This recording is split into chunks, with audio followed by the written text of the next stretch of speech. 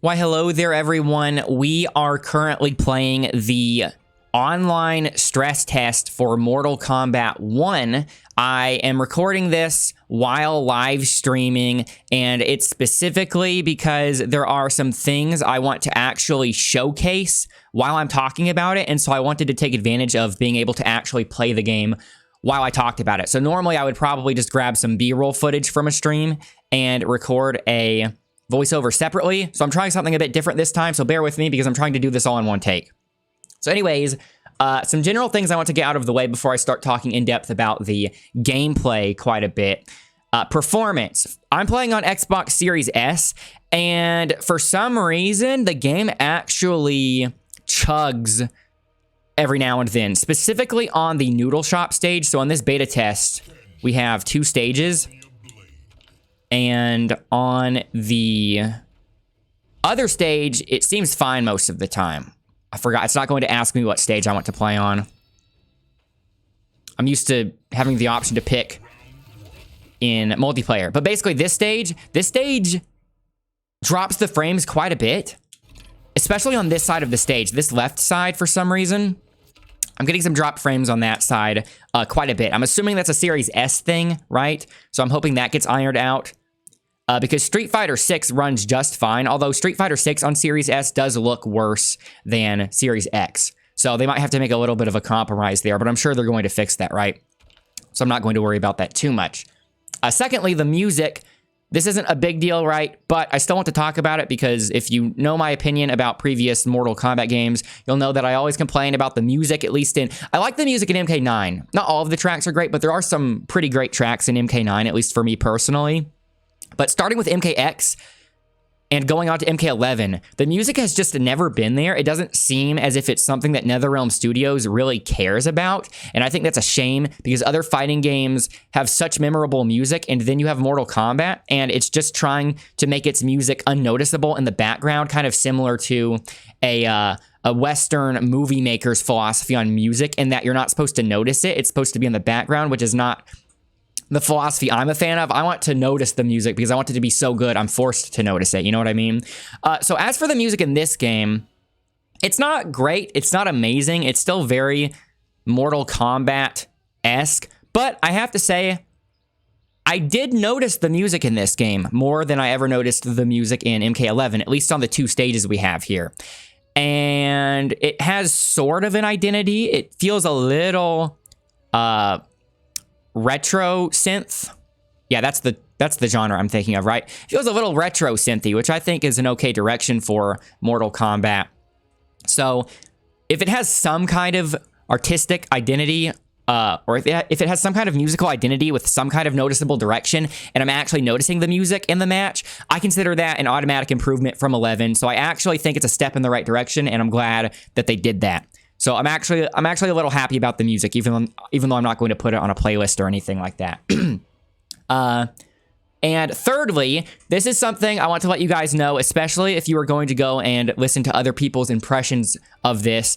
And even if you're not going to listen to impressions video, even if you're just going to watch other people's commentated gameplay, you have to know that in this playtest, you cannot change the settings. And that includes the setting to turn off negative edge. So for some reason, Mortal Kombat likes having negative edge on by default. For some reason, which isn't normally an issue when you can just turn it off, right? But in this playtest, like I said, you cannot change the settings. So we are all stuck with negative edge being on, which kind of sucks, and it's making a lot of us drop our inputs because I know most people, including myself, don't like playing with negative edge. I'm sure for certain characters, it's a benefit. But in general, you don't want that on, and it's really messing me and a lot of other people up. So if you go to other people's videos and you hear them complaining about the game not reading their inputs correctly or the combos being really hard to do, it's probably because the negative edge is stuck on and they might not have known that, right? So keep that in mind. I don't want people getting the wrong impression if they hear people complaining about the inputs in this game, because I'm sure once we have the option to turn negative edge off, it'll feel just as easy to do the inputs as it is in any other MK game. Okay, so I wanted to get those things out of the way. So now I'm going to actually talk about the gameplay. I'm not really going to talk about character balance very much because For one, this playtest is only 3 days long, which isn't enough time to get an accurate assessment of character balance at all. And secondly, I don't really care about the character balance. Whenever I review beta tests, I think the character balance is arbitrary because you know that they're going to rebalance the characters later, and even after launch, they're going to constantly rebalance things. That doesn't matter. What I'm mostly concerned about discussing is game design philosophy. So character balance might come up every now and then if it's relevant, but I'm not specifically talking about it with the goal of them changing the character balance. I'm talking about these things for the sake of discussing the actual inherent fundamental game design philosophy that'll probably stay throughout the game's lifespan. So as you can see on this list right here, we have 4 characters in the playtest. It's just Sub-Zero, Kenshi, Kitana, and Liu Kang, specifically Fire God Liu Kang. So his moveset's a little different in this. Strangely, Scorpion isn't here. Just like the MK11 beta test, at least I remember the MK11 beta test having 4 characters, and one of those was Scorpion, expectedly, but for some reason this time we don't have Scorpion. But I did play all 3 of these characters yesterday and the day before. So Sub-Zero, I don't have much of an opinion on Sub-Zero because I never really play him very much. In fact, I don't really play any of these characters very much, so I won't really be able to compare them too much to their previous iterations. But Sub-Zero, something I know that he does have now that's kind of cool compared to his other versions is that his ice clones are crazy in this, which is another reason why I don't want to play him, because I always feel as if in other games he's just so brutally effective with the his overheads and the slide. I typically avoid him, right? But he seems as if he'll be good in this game for people that like Sub-Zero, right? Kitana, don't really have any interest in playing Kitana, although I do have something interesting to say about her later, something I was theory crafting but didn't want to spend the time on. And then Liu Kang. So I knew I was going to want to play either Liu Kang or Kenshi because Kenshi wasn't in MK11, and I thought what they did with him in this is really interesting in that they turned him into a puppet character almost, a puppet master character, I should say. So I started with Sub-Zero and Kitana because I knew I would drop them immediately, and I just played them enough to get a general impression. So then I started playing Liu Kang because I thought, well, I was kind of hoping for Raiden to be in this game, or in the beta test, and so I was wanting to play Raiden, but lo and behold, this seems to be the same exact build as the one that was given to content creators a few days ago. And so even though I was kind of hoping and wanting Raiden to be in this, deep down I kind of knew that it would just be these 4 again. But I figured, okay, with Liu Kang being Fire God Liu Kang, that kind of makes him similar to Raiden, right? So I'll play Liu Kang. Started playing Liu Kang, but Liu Kang's projectiles are just so good. He has so many different projectiles, and his zoning seems so good in this that I decided to play Kenshi instead, because Liu Kang's supposed to be kind of an all-rounder, but I felt as if I would just be mostly zoning with him, which I didn't want. So I figured if I'm going to play a zoner, I'd rather play a zoner that I find more cool, at least in terms of their zoning, right? So I wanted to play Kenshi, like I said, because I was kind of interested in them turning him into a puppet master archetype, because he can activate a stance in which he summons a ghost. We are under attack. Hey, thanks for the raid, Shujin Kaidink. How are you doing? Were you playing MK as well? I'm currently recording an impressions video for YouTube, so I'm on YouTube mode right now. So I'll talk with you once I'm done with this. I'll talk with you more once I'm done with this. Hey everyone, I'm recording a video currently. I'm currently talking about my impressions of the characters, and then I'm going to get really in depth with the cameo stuff. So, yeah, Kenshi. So even though I picked him because of the puppet stance, ironically, I actually ended up not using that at all online because it has a pretty big learning curve, and without investing time into practicing the puppet stance, I don't think it was worth doing over the past 3 days, because it changes your strings. And with me using those strings, it feels worse. And it takes a significant amount of time to actually activate the stance. People can just hit you from mid-screen if they react to you activating the stance. So I've been neglecting to use that stance at all, because first impression, it feels worse than his regular stance, but I've seen some people doing some pretty crazy stuff with it, so it's probably not bad. It's just me not being good with it. But I'm just letting you know that my impression of this character is mostly from playing him without the puppet stance. One more thing about the puppet stance, though, is that this is kind of talking about my impressions of my opinion of NetherRealm fighting game design in general. So I've always thought that in NetherRealm games, having a dedicated block button in a 2D fighting game is so cheesy and just way less sophisticated than holding back to block, because obviously in other 2D fighting games, you have cross-ups because of back being relative, right? So if back is to block and someone jumps over you, back is now flipped, and cross-ups now exist, and that's just another layer to the mental stack of 2D fighting games, which I find fun. More ways to open people up, right? So a block button I always found boring in Mortal Kombat. I don't expect them to ever get rid of it, though, because it's a legacy thing. So I'm not really complaining. I accept that's how it is with MK, but personally, that's one of the many reasons why I typically prefer Japanese fighting game design over MK. But I think that Kenshi's puppet stance is actually great, because that's the first thing I've ever seen in Mortal Kombat that actually takes advantage of the fact that the game requires you to hold block to block, requires you to hold a button to block. Because how his puppet character works, how his puppet stance works, is that you have to hold down block when it's out, and if you're holding down block when it's out, you're able to move the puppet around independently from Kenshi, and you can have the puppet do individual attacks by himself. And then if you let go of block, he will move in accordance with you. He'll keep the same space in between himself and you. So I thought that was really interesting, because you couldn't do something like that in a game in which you have to hold back to block. So that's actually having some kind of benefit, because I've always thought of holding a button to block as a con, just objectively worse with no benefits. But seeing something like this actually gives it a benefit. So I'm hoping we see more things like that in the game. Maybe some other characters will have stuff like that. Or might disagree with me, legacy and all. Yeah, I understand it's a legacy thing. That's why I don't really complain about it much. But while playing this, you found yourself wanting to hold away back a few times. So another disclaimer I should say is that, especially lately, I'm not much of a Mortal Kombat guy. So in playing this playtest, I had to really warm back up to all the Mortal Kombat isms, right? So I had to really readjust to the fact that Mortal Kombat is oops, all target combos, especially after playing so much Street Fighter 6 over the past several days and several months with the beta tests, right?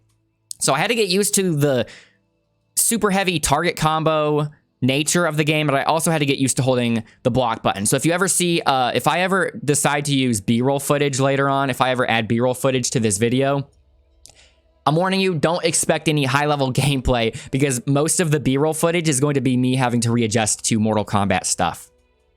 Oh yeah, for block, duh. Yeah, hold away for block. Yeah, yeah, I kept on wanting to hold, I kept on getting hit because I kept on holding back when I was playing online the first few times. It took me a while to get used to doing block. We never played MKX. The game basically deleted the block button with mix-ups. Yeah, I actually really like MK9 and MKX. I never really spent much time with MKX. I didn't spend enough time in it to get good at it, but that game's wild. I don't want to compare this game too much to MKX, though, because I know a lot of people are going to be wishing that the game were more like MKX, and I don't want to do that because I feel like MKX has such a specific direction and it's so focused on rushdown. I'm not really expecting other games to be like that. So anyways, that was all to say. I played all the characters, but ended up playing mostly Kenshi without his puppet stance. Liu Kang's okay. I kind of miss his nunchucks that he has in 11. And he doesn't have bicycle kick, weirdly. So I'm thinking we're going to get a cameo Liu Kang with bicycle kick because it has to be in the game, right?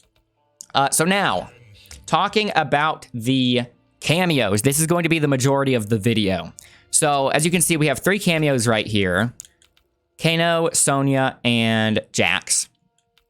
Which one should I talk about first? So I'll talk in general first. The most contentious part about this game for me, and I also expect this to be the most contentious thing about the game for other fans of Marvel vs. Capcom games, or just assist-based fighting games in general, right? Like JoJo's Bizarre Adventure All-Star Battle is another tag game, another assist game, I should say. It's not a tag game, it's an assist game, right? So the assists in this game are much more like JoJo's All-Star Battle or Marvel vs. Capcom 1, in that these cameos are only used for assists. You can't switch out to them, like in MVC 2 or 3 or Dragon Ball Fighters. So the most contentious part for me, and like I said, probably the most contentious part for other assist-based fighting game fans, is the fact that this game was being advertised as a crazy assist game. You know, Ed Boon was really hyping it up, saying this time we opened up the combos. It sounded as if this was supposed to be the antithesis to MK11, because I and many others complained about MK11 in that it felt as if combo creativity was very, very limited by the developers, and you pretty much had one bread and butter for mid-screen, one bread and butter for corner, and that was pretty much all you were ever doing, right? Whereas in this scenario, Ed Boon was talking up how crazy the combos in this game are and how the assists give you so much stuff you can do, right? So a lot of people were thinking, okay, so this game is basically filling the vacuum in the Marvel vs. Capcom market, since Marvel vs. Capcom has been pretty much dead since MVCI, right? Obviously, there's Dragon Ball FighterZ, but I would still say that doesn't fully fill the vacuum, right? Even though a lot of people like that game. So I was like, okay, yeah, bring on the assists, right? I was ready for this to feel like an assist-based game, like Marvel vs. Capcom. But the contentious thing that I've been alluding to this whole time is that it actually does not feel like Marvel vs. Capcom with the assists, at least for some of them. So why is that? It's because in a game like Marvel vs. Capcom or Dragon Ball FighterZ or even JoJo's All-Star Battle, you can hit the assist and the assist will come out and start doing its thing whenever you want, so long as you're not getting hit, right? Or so long as you're not like in block stun. Although I think that might vary by game, right? I might have to go back and look that. But pretty much if you're doing a combo, you can call in the assist whenever you want, whether or not that's going to result in an actual combo, right? And so a lot of the labbing and theory crafting in an assist-based fighting game with the combos is going to be figuring out when I should call this assist in. Because calling it in earlier might result in one effect, calling it in later might result in another effect, right? Etc. And right now I'm just talking about assists and combos, right?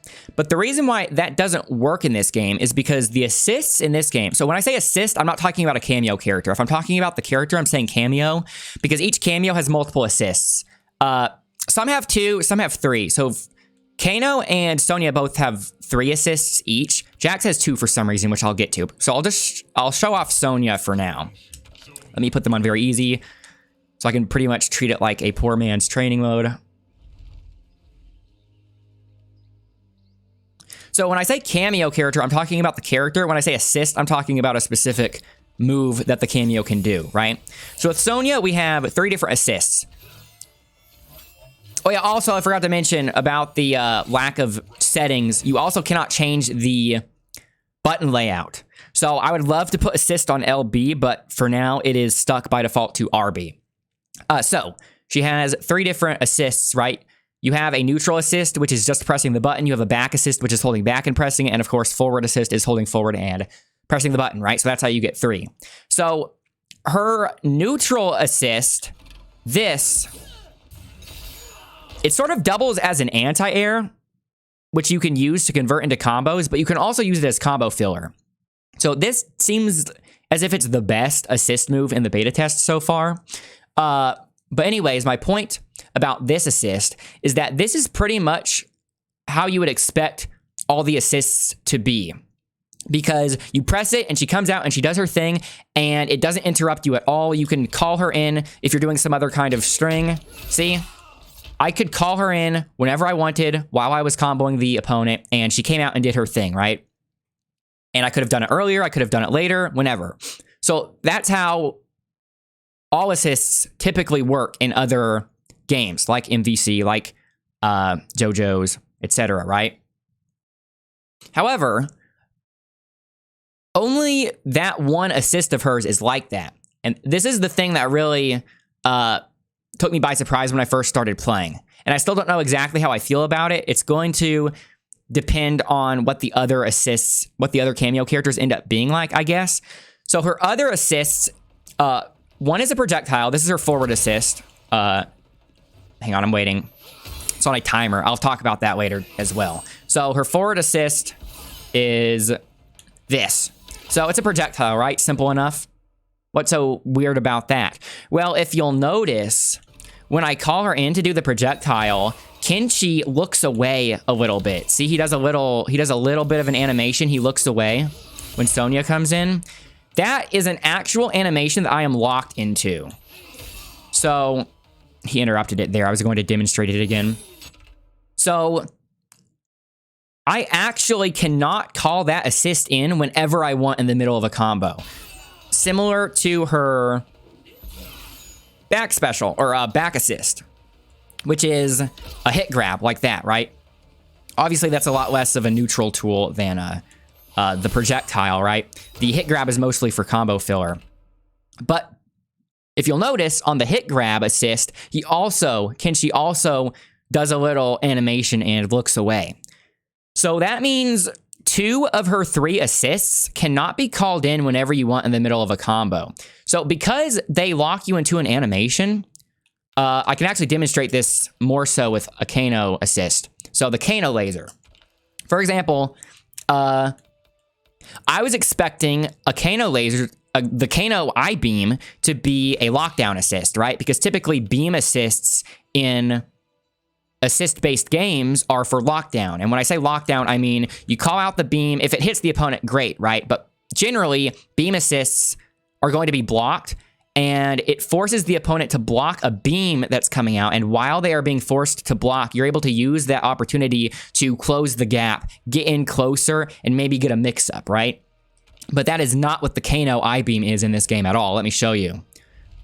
And this is going to be the most exaggerated example, at least in the beta test, of you being locked into an animation. So instead of Kenshi just subtly looking away while Sonya comes in and does her thing, watch this. So calling it in now. So Kameo came in and pushed my head down. So he was he was kind of representing the developers there, right? The developers not wanting you to walk up and do stuff while Kameo is doing his I-beam. So you can't use that as a lockdown assist, so it's not a neutral tool.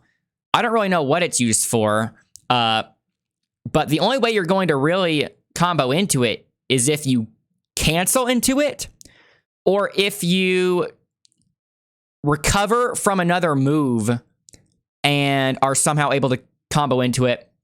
That's why I was thinking Katana, of all the characters in the beta test. So I haven't seen anyone combo into the Kameo I-beam. But of all the characters in the beta test, if anyone could, I think it would be Katana, because Katana is able to keep people suspended in the air for a while with her fans, the wind from the fans. And so maybe, in theory, with a character like Katana, you could put them in the air, keep them suspended in the air, and then you could recover if you're not doing a cancel, and then call out the Kameo laser. They could fall into it, and it could maybe be a restand. Maybe like that, right? But the laser doesn't even do much damage. It only does 90 damage. Yeah, 90 damage. And you can get more damage than that just from doing 2 hits in a string. So even if you could combo into it, I doubt it would be optimal. So this kind of stuff is very questionable to me, right? So the I-beam isn't a lockdown assist. So when an assist locks you into an animation like this, it's not really an assist. It technically is an assist, right? But effectively, it's more like a regular special move, because it's committal, and you have to either cancel into it or find some other way to combo into it. You can't just call it out while you're doing some other move. And so, like I said, with Sonya, only 1 of her 3 assists is how you would expect an assist to behave. So this game is being advertised as a super assist-heavy fighting game, but I'm wondering if the majority of the Kameo attacks, if the majority of the assists in this game are just going to be like normal special moves, right? So that's the weirdest part to me. And it seems deliberate, because with the Kameo characters, every assist, most of the assists seem to be very deliberately designed to be either a tool for neutral or a combo filler. Not both. Sonya's neutral assist, the one in which she goes in the air, the one I was demonstrating first, the one that the one that behaves like a normal assist, that is the one assist in this beta test that can be kind of used as either, right? Because you can, like, let's say as Liu Kang, you throw out a projectile. You could throw out the projectile and then also call in the Sonya assist to cover the air. So if they try to jump over the projectile, they are going to get hit by the Sonya assist, right? So that is the neutral Sonya assist being used as a neutral tool. But as you saw me demonstrate when I called it in, it could also be used as combo filler. So I think that's why most people are using Sonya in this beta test so far, because Sonya has the most application. Also, when I say neutral tool versus combo filler, I should probably say utility versus combo filler. Because, for example, with Kano, Kano and Jax actually have two interesting things. So even though, in general, I'm very skeptical about assists locking you into an animation, since it's basically not an assist anymore at that point, there are a couple ideas that are pretty interesting, which I want to demonstrate. So specifically, Kano's forward assist, which is Kano Ball, and Jax's neutral assist.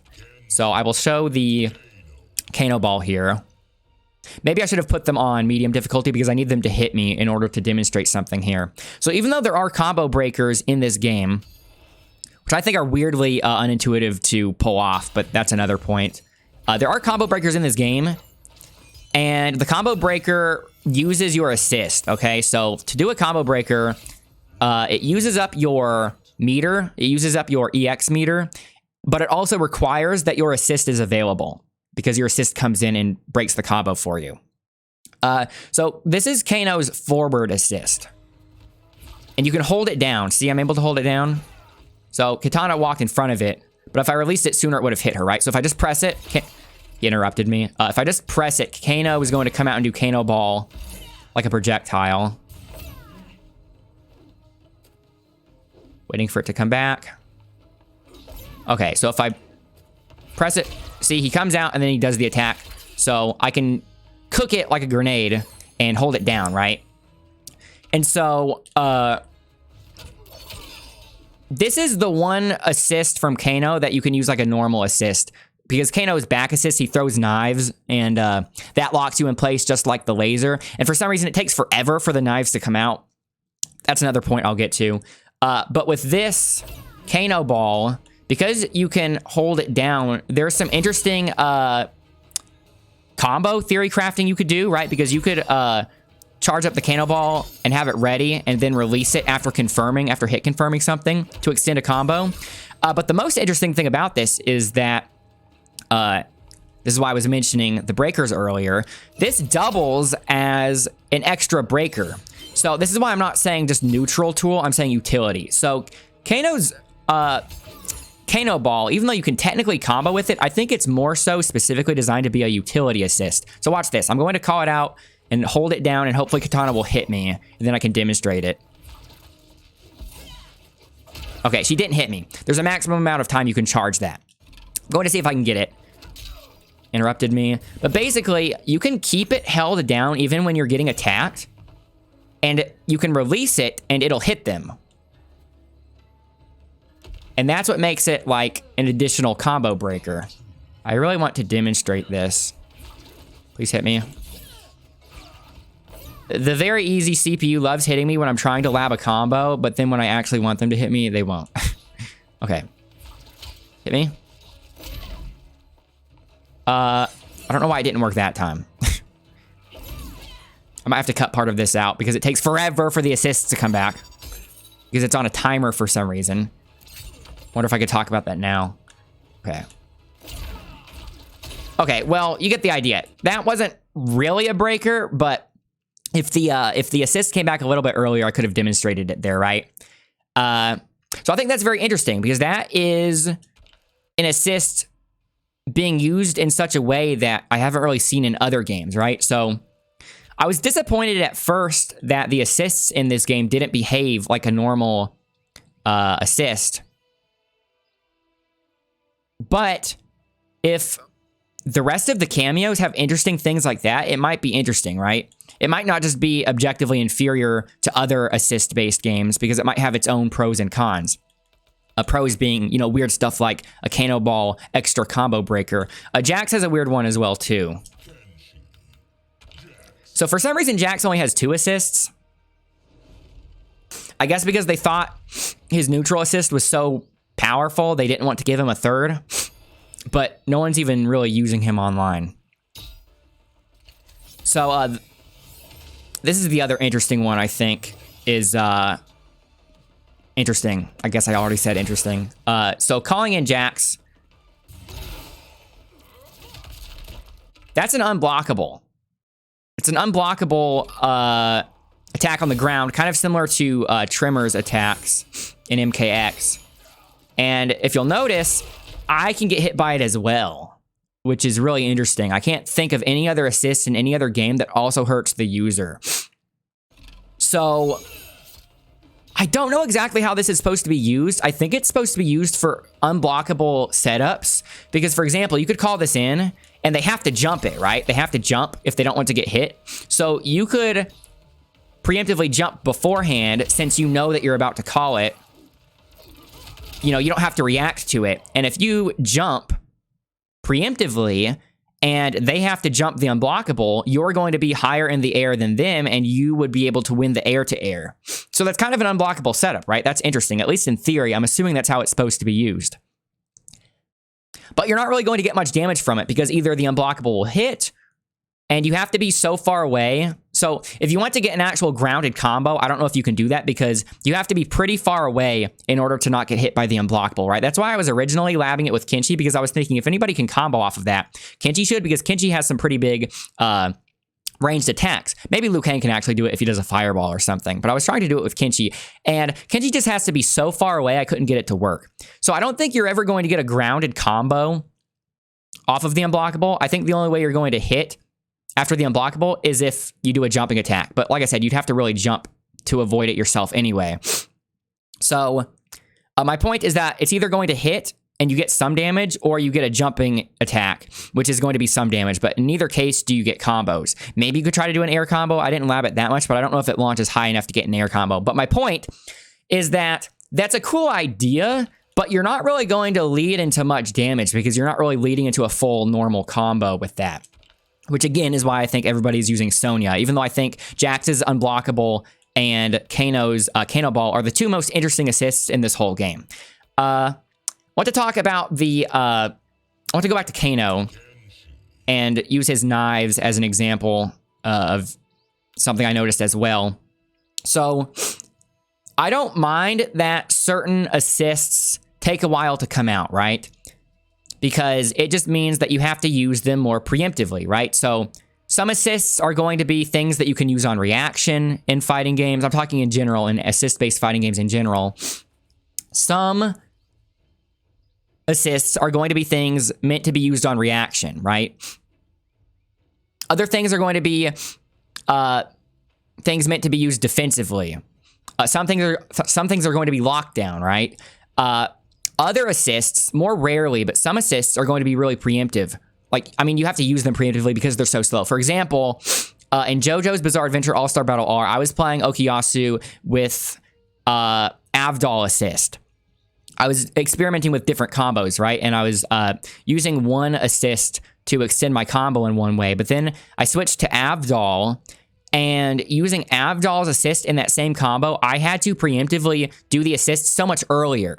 So it means, in that case, if I'm going to combo into the Avdol assist, it's going to be a lot harder to confirm, right? Because it means if, like, let's say it takes at least 2 seconds for the assist to become active after pressing it, it means that you're going to have to do at least 2 seconds worth of a combo before you need the assist to connect if you want to actually be able to hit confirm into the assist. Does that make sense, right?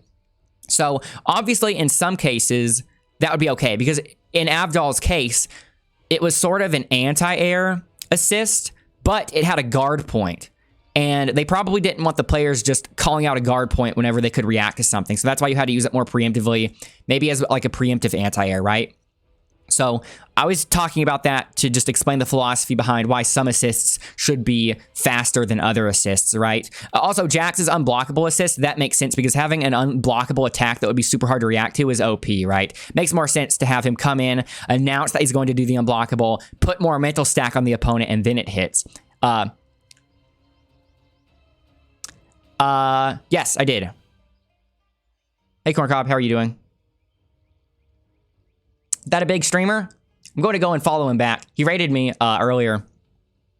I'm currently recording a YouTube video of my impressions, so I'm trying not to derail the stream too much. Talking about the cameos currently. Is he a good player?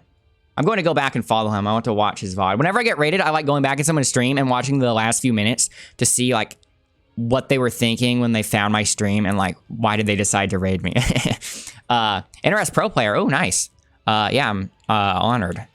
Of course, I appreciate raids either way, but it's always, you know, nice when, like, a pro raids you.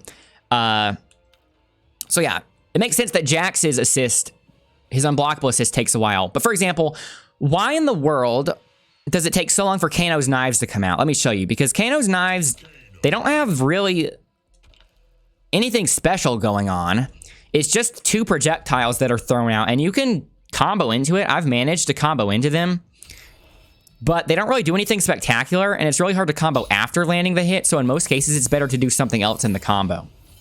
So you'd figure, okay, if it's not great for combos, this would be something you just throw out to maybe whiff punish something. It does lock you in place, so you can't use it as lockdown. Wait, does it? Okay, I was wrong about that one. Kano's knives do not lock you in place. I think I was just having trouble comboing with it before because of the negative edge being turned on, and I might have assumed it was like his laser assist. But anyways, my point is that it takes him so long to throw these knives, even though they're pretty much just a normal projectile, right? So why does it take so long for knives? I think that's weird. I think it's weird that pretty much every assist in this whole game takes a really, really long time to come out. That comes across to me as not necessarily a deliberate design choice like in Avdol's case in JoJo's, where they obviously specifically made that one take a very long time to come out. It feels as if in general, a lot of the assists in this game just force you to use them way more preemptively than you should have to, right? Because I don't think you should have to super preemptively think about throwing out a knife projectile when it's just a regular fireball, basically. He's a gent. And with Jax's other assist, not the unblockable, he has an anti-air assist, which takes forever to come out. And I think that's weird for an anti-air because you'd figure an anti-air, if you're going to use it as an anti-air, you should be able to react to a jump-in, but it is just way too slow to react to a jump-in. Let me show you. So, see, so you can move around while calling it out, so it does behave like a normal assist from other assist games, but it takes so long to come out. I have managed to combo into it, so I think it's more of a combo filler thing because after it hits, it gives you a pop-up. So it's an anti-air grab that can catch a juggled opponent and lead to a pop-up. So I think it's mostly for combos, but it's not really great for combos because it's so hard to combo into.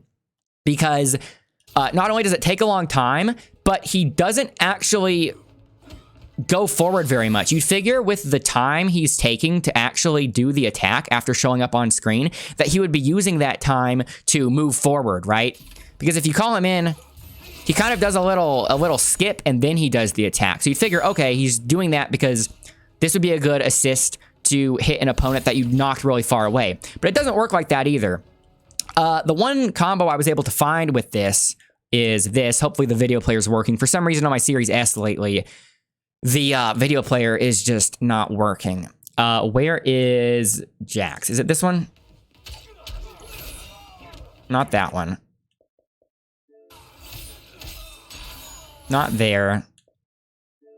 Okay, for some reason I don't know where it is, but I posted it on Twitter. Here it is. Okay, this one. So look at this. So see, so I combo into it. This is the only way I found how to combo into it consistently because otherwise he just whiffs because he doesn't go far enough forward. So he actually manages to go barely far enough forward here. But at that point, the only thing I could really find to follow up with is Kenshi's command run attack. And that's more of a combo ender than anything. And it's more of a neutral thing. So I was trying to lab, okay, because Kenshi's run is more of something you do in neutral because it gives you at least 1 point of projectile invulnerability, right? So I was thinking if you're going to be landing this a lot, but you can't really combo after it because the recovery is so long, maybe I could preemptively call in the Jax assist like this. Like waiting for it to come back. Maybe I could preemptively call him in so that way if I confirm the hit, Jax will grab him. Let me go over here. So like that, right? But as you can see, he doesn't actually move forward enough to actually catch them after that. So I was thinking, oh, Jax might be good for Kenshi because having Jax with Kenshi might be the only way to combo after that run attack. But it doesn't seem to work. So in general, things like Kano's knives and Jax's anti-air just come out super, super late for seemingly no reason because I can't think of the trade-off. Those aren't strong enough assists to merit having them come out so late. So I'm hoping in general they make assists like that come out sooner. So that way we could have some more normal assists instead of them all being these things that are either super late or things that you have to cancel into because of them forcing you into a unique animation, right? Okay, so now that I talked about each individual assist, talking more about assists in general, something that I'm pretty skeptical about. So something that I and many others did not like about MK11 at all is the fact that in MK11, your meter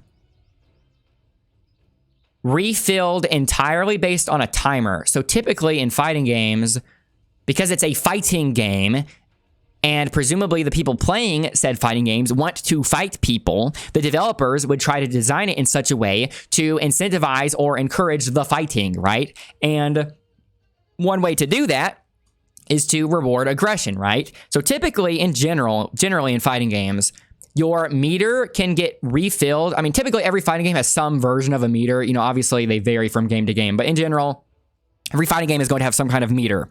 And typically, the meter can refill from landing attacks. A lot of fighting games not only have the meter fill from landing attacks, but also walking forward. Just merely the act of walking forward refills your meter because it's a risk reward, because walking forward in games in which you have to hold back to block means that you can't block while walking forward. So they're rewarding your aggression, putting yourself into a vulnerable state by giving you meter as a reward, right? That makes sense.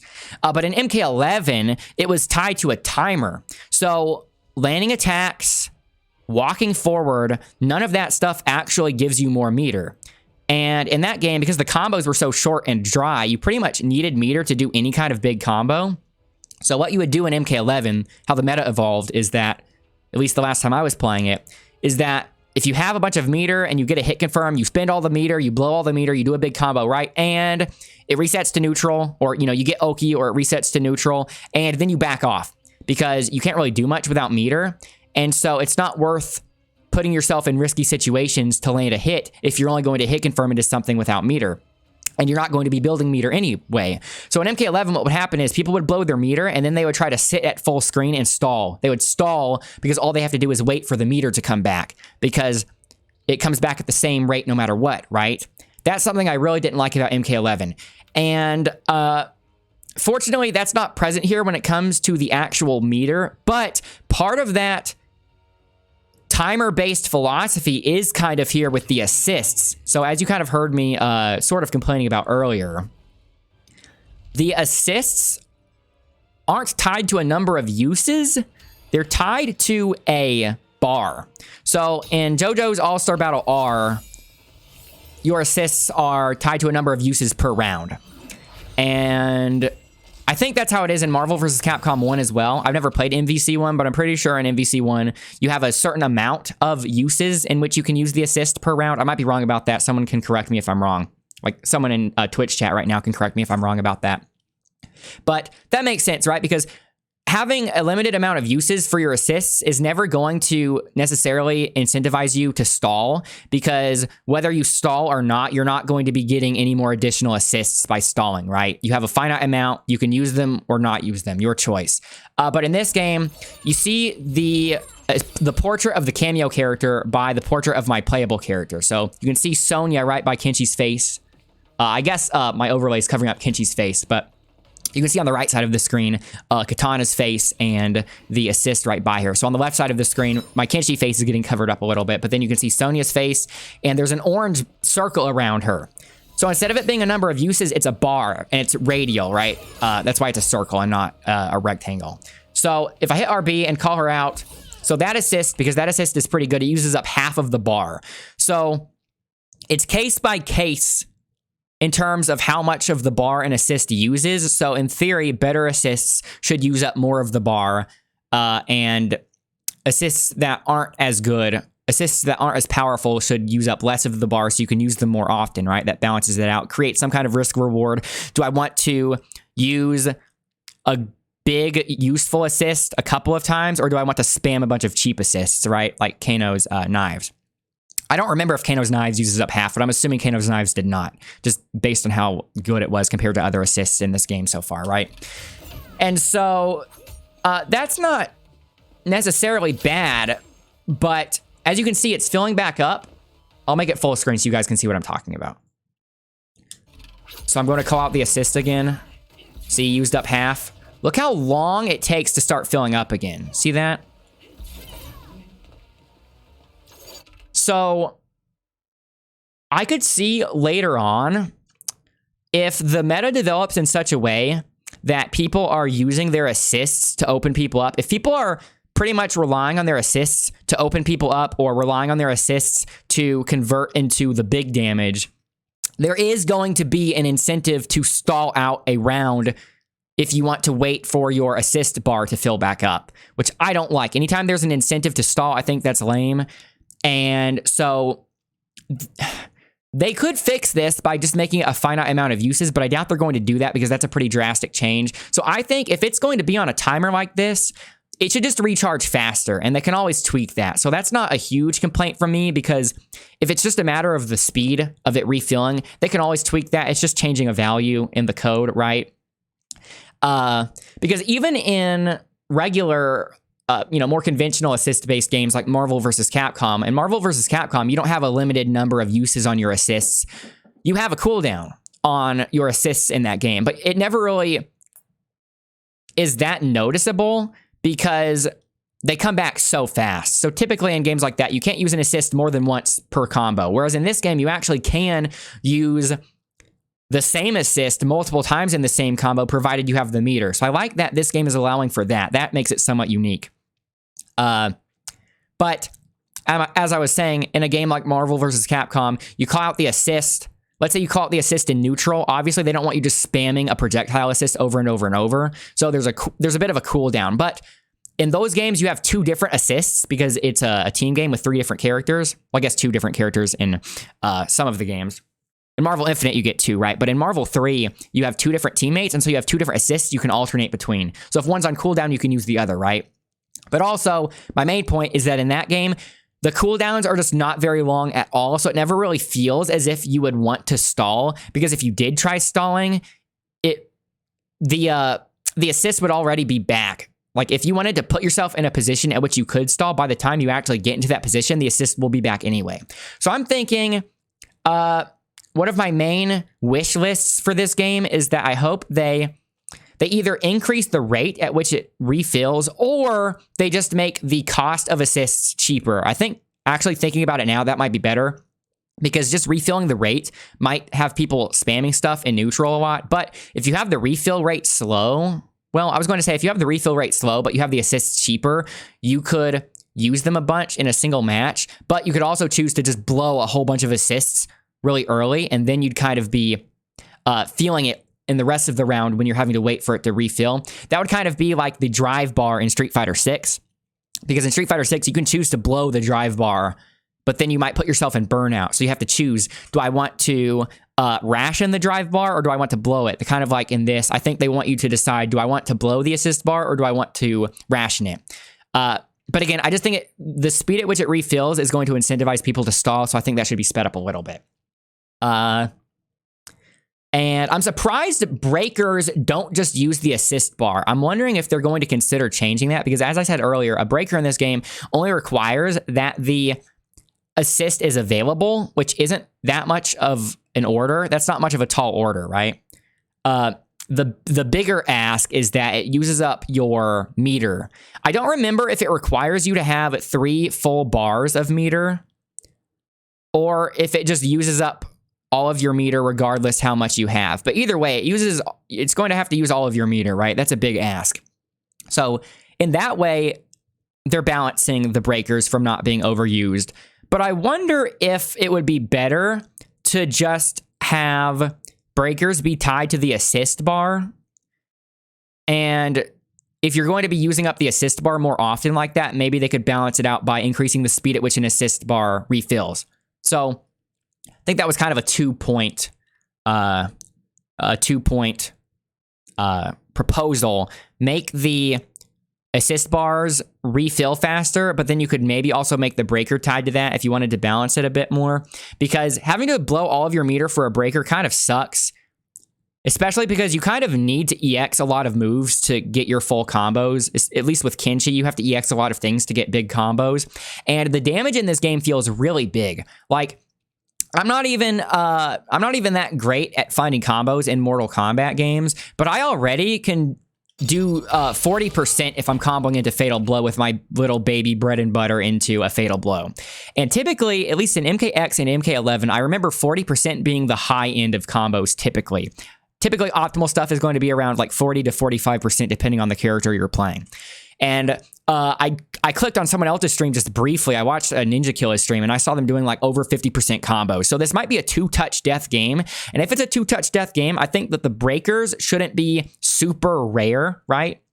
This is going to be some very nuanced design philosophy. When it comes to how costly a breaker should be, how fast an assist should recharge, how much damage things should do, that is going to be very nuanced. And it's just going to come down to changing little individual values. It's not fundamental game design like an assist locking you into an animation. So that's why I'm way more focused on me critiquing the assists in this game rather than just talking about, oh, the attacks do too much damage. I don't think they're not doing strive levels of damage. It's not that bad, but the damage does seem to be a little high, and people are only going to get better and better at using the assists, you know? And so once they start doing these crazy long assist combos, I feel like the damage might be way higher than what was intended. And so, okay, I think I'm finally done talking about the cameos and the assists and the breakers and all that. So that was definitely the biggest portion of the video. I might timestamp this stuff for when people are watching on YouTube. So now I just want to talk about some other miscellaneous things. So the 2 main complaints I'm hearing from people, surprisingly, I don't hear many people complaining about the assists locking you into place. I said that was the most contentious thing for me, and I think it's going to be the most contentious thing for people that are really into Marvel vs. Capcom and are kind of expecting this game to be that. I'm trying to evaluate this game for what it is and not what it is not, so I'm trying not to let that mar my impression of the game. Again, I'm not really sure how I feel about the game. I'm still trying to decide.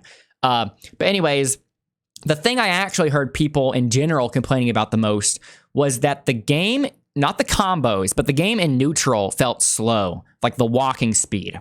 And I wouldn't be opposed to speeding the game up, but I actually didn't find a problem with the speed of neutral because I don't think this game is supposed to be super rushdown focused like Marvel vs. Capcom, which I think a lot of people were expecting, right?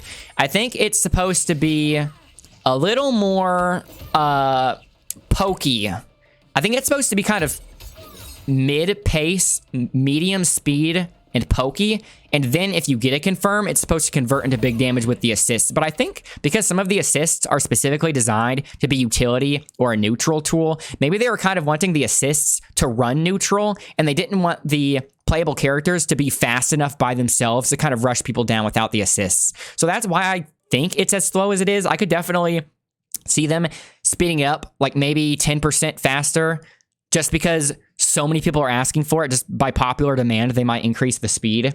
I wouldn't be opposed to that. I don't think I would ever be opposed to making anything faster because once you get used to something being faster, that's the new norm. So if everyone wants it faster, I say go ahead and make it faster, but I didn't find that to be a big issue. Something I do think is an issue, though, is that the dashes, if I remember correctly, I think MK11's beta test had the same issue, but then they ended up changing it, I think. But the dashes are so pointless. So the dashes don't take you very far at all, and they don't do it very quickly. Trying to get to a spot where I can demonstrate it, but the very easy katana is wrecking me. See, so the back step, the forward step, it's really not good. The walking seems to always be objectively better. And I even heard from some of the YouTubers who got to go and play this game early before the beta test, they said that the developers told them that walking is objectively better, meaning that they're aware of it, which makes me wonder, why is dashing even in the game if they know that walking is objectively better? So maybe they're just not done with it. I think it's weird how unfinished this game feels. I like what this game is selling, but a lot of the execution in terms of the game feel just feels kind of contrived and not very thought out. And it's weird because this game comes out in 2 months and you have a mechanic like dashing that's seemingly useless. So hopefully they buff dashing or do something with it to give you some reason to use it. Even if you end up walking most of the time, I feel like if the mechanic is there, it should at least have some niche uses, right? So that's weird. So even though I think the speed of the neutral is fine, I do think that dashes should be buffed so that way they can just be used. So speed up the dashes. I don't think you necessarily need to speed up the entire game. Just maybe speed up certain things about the neutral, such as dashing, right? The other main complaint I'm hearing people talk about is the game feeling floaty. Floaty jumps. What does that even mean, right? That's a very ambiguously, vaguely worded thing. So these are the jumps, right? Obviously, you can see that the jump height in this game is much higher. Is she going to fatality me? Okay, no. You can see that obviously the jumps are way higher in this game than I think in any other MK game. I might be wrong about that. I'm not an MK expert. I haven't played all of them, but this is the highest I've seen the jump height in any kind of MK game ever. And it's obvious because it's like that in this game because in a game like Marvel vs. Capcom, you have launchers into air combos. And so they allow you way more vertical space in a game like Marvel vs. Capcom. So it's obviously inspired or influenced by that, right? Even though with the assists locking you into place, it makes me wonder if the devs of this game even understand the appeal about assist-based games in the first place. It makes me feel as if they watched Marvel vs. Capcom and they thought, yeah, we can make that. And they just reverse engineered it based on how it looked instead of how it felt. That's beside the point. It's obvious that the jumps in this take you this high because there are some air combos. Kenshi doesn't really have much in the way of air combos, so I can't really show off a good air combo. But Liu Kang had some pretty crazy air combo stuff, right? That's why the jumps take you so high, because if you do a jump and you're doing a combo in the air, you can call in an assist that behaves like a normal assist, right? And in theory, you could like try to keep the combo going that way because the assist will come in on the ground. And so you want to have enough space between the height at which you do an air combo and the height at which you do a ground combo for things like anti-air assists to actually travel, right? And you can react to it and stuff like that. So that's why the jumps are so high, right? A lot of people are saying that these jumps are floaty. So why do people think that the jumps in this game are floaty, but a super jump in Marvel vs. Capcom isn't? So I have a few ideas about this because I don't hear people actually explaining and articulating their thoughts as to why they think the jump is floaty. They just say it's floaty because they know it feels a certain way, right? They're saying it based on their feel, not necessarily what they're thinking. But why are they feeling that way? I think it's because subconsciously they're noticing some things, and this is what I think it is. So in a game like Marvel vs. Capcom, if you just press up, it's going to be a normal jump, right? It's a normal jump. So you have an option between a normal jump and a super jump. To do a super jump in Marvel vs. Capcom, you have to press down briefly and then press up. So already, because the input is a little more involved, and because you have to press down briefly and then up, I think that's actually a brilliant input for super jump, because when you press down briefly and then press up, it actually feels as if you are doing a squat in real life right before you spring to jump really hard, right? Like if you were to try to jump as high as you possibly could in real life, you would wind up. You would bend your legs to get as big of a spring as possible, right? And I think that the down-up input for super jump perfectly reflects that. So the input already feels really satisfying when you're doing a super jump in Marvel vs. Capcom, because it feels as if you're having to actually put some effort into getting the super jump. So you don't feel unnecessarily light, because with you, even if you're jumping super high into the air in Marvel vs. Capcom, it felt as if it took energy to, it felt as if you had to actually exert energy to take yourself that high. Whereas in this game, you only have one type of jump. And the one type of jump you have in this game is pretty much synonymous with the super jump in Marvel vs. Capcom. So you just have this jump, and it automatically takes you really, really high. So it feels as if you're getting this really, really big height effortlessly, which makes you feel lighter, right? So I think that is one thing that's making it feel floaty. Also, hate to say it, but NetherRealm, you know, I don't really complain about this much, but everyone knows NetherRealm animations are really weird, right? So I think combined with the input of having to manually do down and up to get a super jump in Marvel vs. Capcom, coupled with that, the animations in that game are so good and help the game feel so much. Because think, you have to press down and then up, and then you go flying in the air, and you're in a really cool pose. You know, at Marvel vs. Capcom, you have superhero characters, you have crazy Capcom characters. They do a really cool, like, jumping pose when they jump, when they do a super jump. So it feels as if you did a squat, you powered up, and then you jumped really high in the air, and you're shooting up like a rocket, and you're like flying up with your fist in the air, right? Like you're flying up there to air combo someone, you're flying up there to hit someone. In this game, if you notice, if you pay attention to the animation, watch the jump animation. It kind of looks as if Kenshi is just getting lifted in the air with a wire. The only thing that he's actually moving are his legs. His legs are bending slightly. His legs are bending slightly. For some reason, his legs are bending instead of extending. You'd figure if you're jumping, you would have to, at least at first, extend your legs. And then if you wanted to do like a ninja jump or like a parkour thing, you would then pull your legs up. But it looks as if they're not exerting any kind of energy to do this jump at all. It looks as if they're getting pulled up in the air with a wire, and you're not having to do down up to get it. So I think that's why a lot of people are finding the jumps floaty. Do I think there's anything wrong gameplay-wise with the jumps? I don't. I think it's fine. If I didn't hear other people complain about the floaty jumps, I don't think I would have even brought it up, because even though I agree that the jumps feel kind of floaty, I actually don't think it's bad for this game, because for one, you know, the air combos you're going to do after some kind of launcher, and so having the floaty jump, it makes you have to time when you do the air combo when you meet them in the air, so I think that's fine. Also, side note, I think subconsciously I'm accepting the floaty jumps a little more than normal, because like I said, it feels as if a wire is pulling you up, and I like wuxia movies, like Wire Fu, that kind of stuff. And if I think about it like that, it makes more sense. Like, oh, okay, this game is trying to be more like a martial arts movie, right? At least based on the direction of the last trailer we got.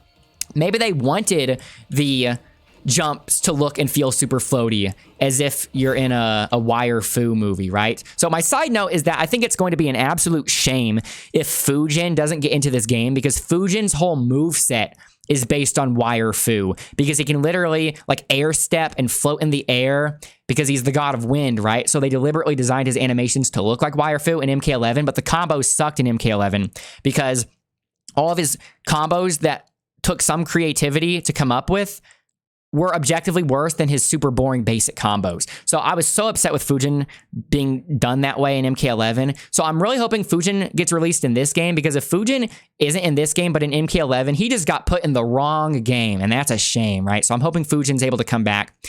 I'm a little worried that he won't, because he was a DLC character in 11, so he was really recent, and I know NetherRealm kind of likes to alternate with their characters in terms of giving recent characters a breather and giving characters that missed out on the last game a chance to show up again. And that's why Kenshi's in this game, but not 11. Kenshi's in X, though, right? So he was in X, not 11. He's in 12. They're probably going to focus more on characters that skipped 11. Like Reptile was in X, wasn't in 11. Will probably be back here. Hey, Hyde. Blanca's going to take down Eva. I'm going to watch that later. They had to put the MK1 beta test on the same days as CEO. So I'm trying to record a YouTube video right now. I'm trying not to derail the conversation too much. I'm almost done. So yeah, I don't think the floaty jumps are that bad. They don't bother me that much, which is surprising because I normally hate floaty feeling characters. Like in Smash Bros, you know, platform fighters where jumping's a big thing. I hate playing light floaty characters. I like playing characters like Bowser, right? DDD's kind of an exception because his jumps are floaty, but even though his jumps are floaty, like King DDD's jumps are floaty when you deliberately want to jump, but if King DDD gets hit, he's actually a heavy character, right? And I love Piranha Plant because he was surprisingly heavy. So I typically really gravitate towards heavy characters. I dropped King of Dinosaurs and King of Fighters 15 because even though on paper, he is somebody I would be all over, I just absolutely hated how his jumps felt because in that game, short hops are a big thing. And because King of Dinosaurs is so floaty in that game, his short hop actually takes you over a crouching opponent, which I thought felt so wrong. Even though I think it's actually kind of clever design because if dinosaurs are actually really similar to birds and birds have hollow bones, that's actually clever and it's a creative take on a grappler to make a floaty grappler. But anyways, personally, I like heavier feeling characters. So I was worried that I was going to find the jumps feeling really floaty. But then as soon as I started playing the game, I felt as if it feels okay for the game. But again, just like with the speed of the game, I wouldn't be opposed to them increasing the speed. And likewise, I wouldn't really be opposed if they wanted to make the jumps feel less floaty, if they wanted to maybe change the animation or make the jumps faster, play with the speed of it, etc. But I had to adjust the speed and the floaty jumps because I hear people talking about that a lot. And so I wanted to give my 2 cents on that. 2 more things to talk about. Well, the last thing's going to be a mechanic, but the last critique I wanted to address, another thing that I hear some people talking about. So I told you I was kind of indifferent about the speed and the floaty jumps, but something I actually do agree with in terms of people critiquing it are the throws. So again, one of the things I didn't like about MK11 is just that throws were so good and the risk/reward was so weirdly in favor of regular throws in MK11. It would just be really, really dry strike throw mix-ups leading to throws all the time in MK11. And you would see so many regular throws in any given match. And it would add up, right? It would be boring. So I don't know if throws are necessarily as good in this game as they are in MK11. So I don't know if they're going to be used as much, but they are pretty good. Maybe my impression of this is kind of marred because when I was playing online, I literally could not remember how to tech throws. In Mortal Kombat, every now and then I would accidentally tech it by like just mashing stuff out, trying to hope that I can get a tech. So I don't remember how to actually tech throws in Mortal Kombat. So maybe I could have been teching all the time, right? And so maybe once my opponent realized that I couldn't tech throws, they were spamming them. But whenever I would play online, I would get thrown all the time, okay? And what makes it bad is that in this game, not only can you do a regular throw, but you can do an assist throw. You can do a throw animation in which you call in your Kameo. Like so. Like so. See? So I call in Sonya. She does an animation that's pretty cool, right? But not only is the animation itself pretty long, look at this. So I'm going to try to walk. I'm holding forward this whole time, okay? I'm holding forward. Still holding it. Now I can move. So for some reason, when you do the really long Kameo throw animation, not only do you have to wait for the animation to end, but you have to wait for the Kameo to piece out of there, and then once they piece out, your playable character will step back into the foreground because they had to step into the background for some reason, because I guess NetherRealm couldn't figure out how to have 2 3D models on the same 2D plane without having them literally step back into the background and then step forward. So you have to wait for the animation to end, then the Kameo pieces out, then you step back into the screen, and then you can move. And it really adds up, right? It might not seem like that big of a deal if you first start playing the game because you'll be enamored by the animations and everything. I do think this animation is really cool with Sonya, right?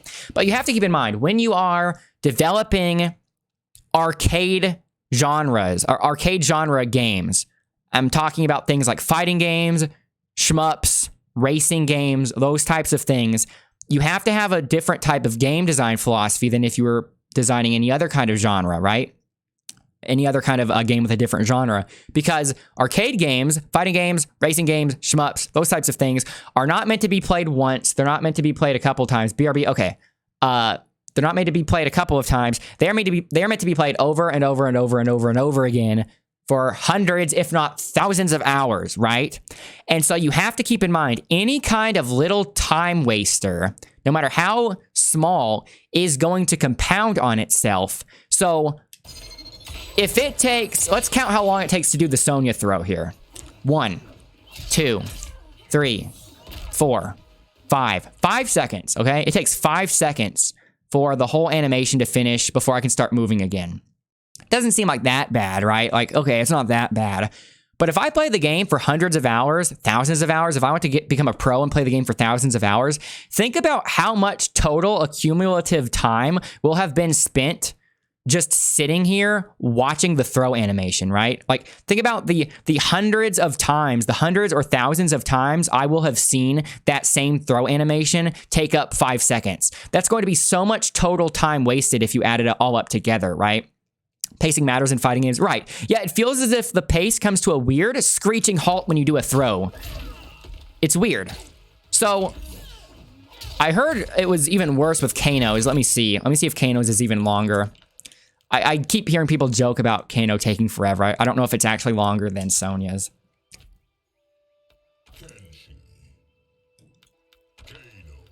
Let's see. Like in a shmup, right? You don't want any kind of cutscene in a shmup. If you're doing a transition from one area to the next, you don't want it to just be a cinematic thing, because people are going to play shmups over and over and over. In a racing game, people are going to practice the same tracks over and over and over. You don't just want a big, boring part of a track where you're just driving straight for a long period of time, right? Just like in a fighting game, you don't want throws to take too long. Well, okay, I didn't actually count the time. I didn't start counting. Yeah, look, I think that takes longer because he spits on the ground. So, 1, 2, 3, 4, 5, 6. Okay, so it's a little longer. It's about a second longer than Sonya's, maybe a little less than a second, but it is longer. So yeah, that's 6 seconds off of a regular throw. If you guys know me, you might be thinking, Tanuki, why are you complaining about long throw animations? I thought you loved throws. I do. I main grapplers, right? I love big throw animations. The reason why I love big throw animations is because typically big throw animations are used on command throws, which are going to be landed way less often than a regular throw. These are regular throws I'm talking about, right? I'm just hitting 1+3, or the macro by default is LB. I'm just pressing LB. Everybody has this. This is a regular throw.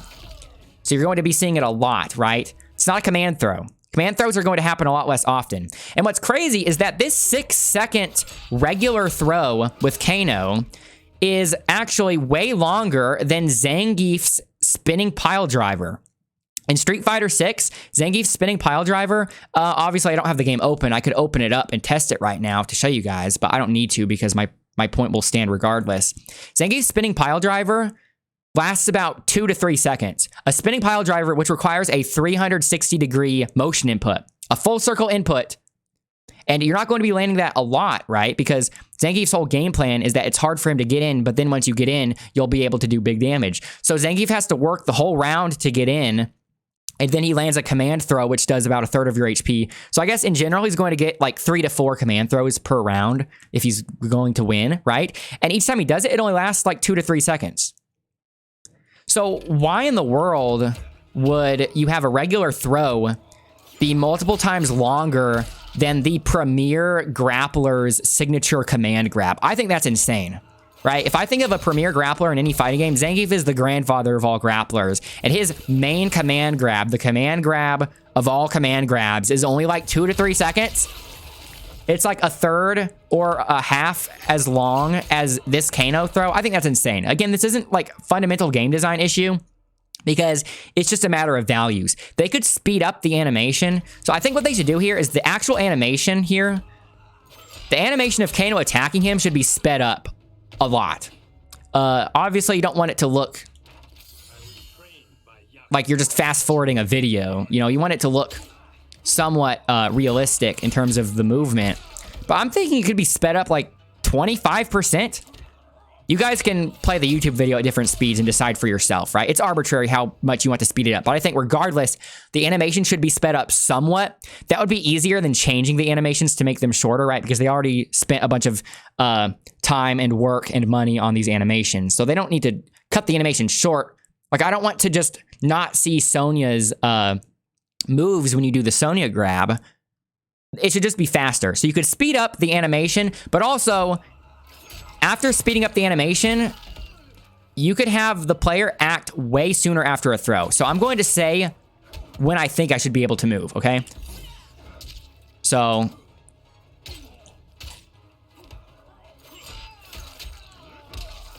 spit now. I should be able to move now, right? So I think the time it takes for the Kameo to walk off the screen and for your playable character to get back onto the foreground, I think that should be completely done away with. I think the Kameo should piece out of there so fast.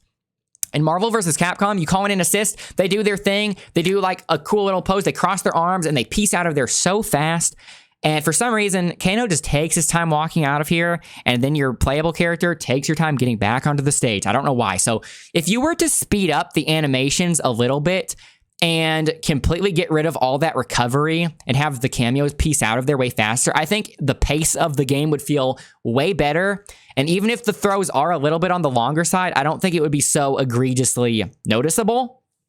The only thing I can think of is that maybe they don't want the Oki in this game to be super, super strong, because I know NetherRealm loves their, neutral, even though I don't think MK games are, I don't think they have honest neutral, right? But I think that the design intent is that they kind of want things to result to neutral, because maybe they think their way of balancing a throw to not make it so omnipresent is to make it where you don't get good Oki afterwards, right? Like, do I even get Oki off of this? No, right? So I guess they don't want Oki. But if they shortened the throw and if they let me act sooner after a throw, they could just make it where players could get up sooner. So just make it where my opponent can get up sooner if you don't want me to get Oki after that, right? And then that'll preserve the original design intent, but you're not wasting the player's time as much. So I'm actually really, I'm pretty passionate about my critique of the throws taking too long. So my main critiques are that I think it's very questionable that a lot of the assists lock you in place, but it's obviously a deliberate design decision. So I'm just going to cautiously let them cook with that and see what happens when we get access to the other Kameos. Some of the Kameos just take way too long, like the knife throw from Kano and Jax's anti-air grab. I think those things are too slow, and the throws are way, way too slow, because I don't mind if the actual movement, I don't mind if the walking speed is a little slow, because I'm still playing the game, right? Even if it's kind of slow, I'm not wasting my time. But during this throw animation, I'm literally not playing the game. And like I said, that'll add up. And I really don't want to have my time wasted. I think wasting the player's time is one of the worst things you can do, right? Especially in a genre that's all about the gameplay, like a fighting game. Okay, so that was my last critique. The final thing I want to talk about are saying is because it's one thing. It's a new mechanic, which I haven't really demonstrated at all yet. And I actually don't see people using it very much in a match. So I can't really talk super confidently about this mechanic yet, because I don't think many people are used to using it yet. So we haven't really seen where the meta is going to go with this mechanic. But it seems to be an answer against how strong jump-in kicks typically are. Jump-in kicks pretty strong in MK11, right? So I think as a way to balance that, so remember how I said blocking is holding a block button? So if you're holding the block button and you press up, you do an up block. And I was holding up the whole time there, and then it ends, right? So there's a bit of a recovery there. I actually think this is an interesting mechanic. I don't know if it's going to end up being good or not, but my first instinct is, oh, that's kind of interesting, especially as a martial artist myself, as someone that does karate. In karate, you have high blocks, right? A block like that. If you were to try to block against someone like swinging a bat or something, right? Obviously, you don't want to like hit the metal bat with your arm. The idea is that you're close enough that you can stop their wrists. Or if someone's just being dumb and they're trying to like hammer fist the top of your head, you can block it like that. But anyways, my point is that I think this is the first time I've ever seen something like a real life high block in karate being kind of translated into a game mechanic. So I don't know how many people made that connection, because I don't know how many people talking about this game actually do martial arts in real life, but I thought that was interesting, right? Because blocking a jump in with a high block, but in this game you have to call it up block, because a high block just means a standing block, you know, in a fighting game, as opposed to a low block. So doing an up block kind of feels as if I'm actually, you know, doing martial arts in the game. So personally, I kind of like that. I don't know if it'll end up being good or not though, because the whole point of this is that if you block a jump in with your up block, it will put you at such an advantage that you can get a full punish.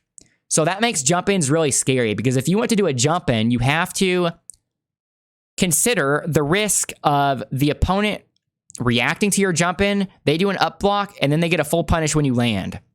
And so that's going to make people think twice about doing a jump in attack, right? But as I also showed you, there's a bit of a recovery here. So it turns it into a mix-up situation whenever you jump, because you could jump and let's say you're expecting the opponent to react with an up block, you could just empty jump throw. That's another reason why I think throws should be shorter, because throws in this game are pretty good. I don't know if they're as good as MK11, but they are pretty good. Another reason why they're good, because empty jump throw, because of up block being a thing, it automatically by proxy makes empty jump throw way better. And so if you're doing throws a bunch, they should be shorter, right? But it turns it into a mix-up. So empty jump throw is pretty good in this game. But again, I haven't really encountered many people doing up block. In fact, I don't think I've ever had an opponent use up block against me. I've always been the one doing up block, because I think a lot of people playing this are either forgetting about the mechanic or they just don't know. Because I know MK has a really big casual audience. I don't know how many of the people I'm fighting actually keep up with the gaming news, right? They might have just heard about MK1 beta and signed up, and this is the first time they're even seeing the game, right? I think it's a really interesting mechanic. Because it's turning a jump-in situation to a 50-50 all the time. And whenever you can add mind games to something, I'm typically a fan of it. So I'm going to be really interested to see how this develops once people get more used to it. Because if people are going to start up blocking every jump-in, empty jump throws are going to be insanely good. But then people might start trying to do option selects instead. And then it might kind of make the mechanic moot. It might just end up making the mechanic irrelevant.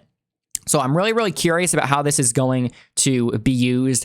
I can't really say whether it's good or bad, because again, people aren't using it, but I had to talk about it because that is a big new mechanic. So that should definitely merit having its own timestamp.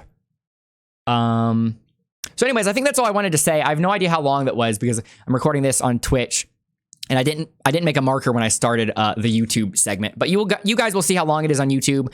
Let me know if you liked the video. And if you have any thoughts, leave them in the comments if you want to share them or if you have questions. So I actually feel kind of lucky getting access to the beta, because looking at the Twitch directory, I noticed not many people are streaming this game at all. So I bet there are a lot of people out there that are curious about how the game feels, etc. Right? So if you have questions about the game, leave them in the comments and I will try to answer them if I can.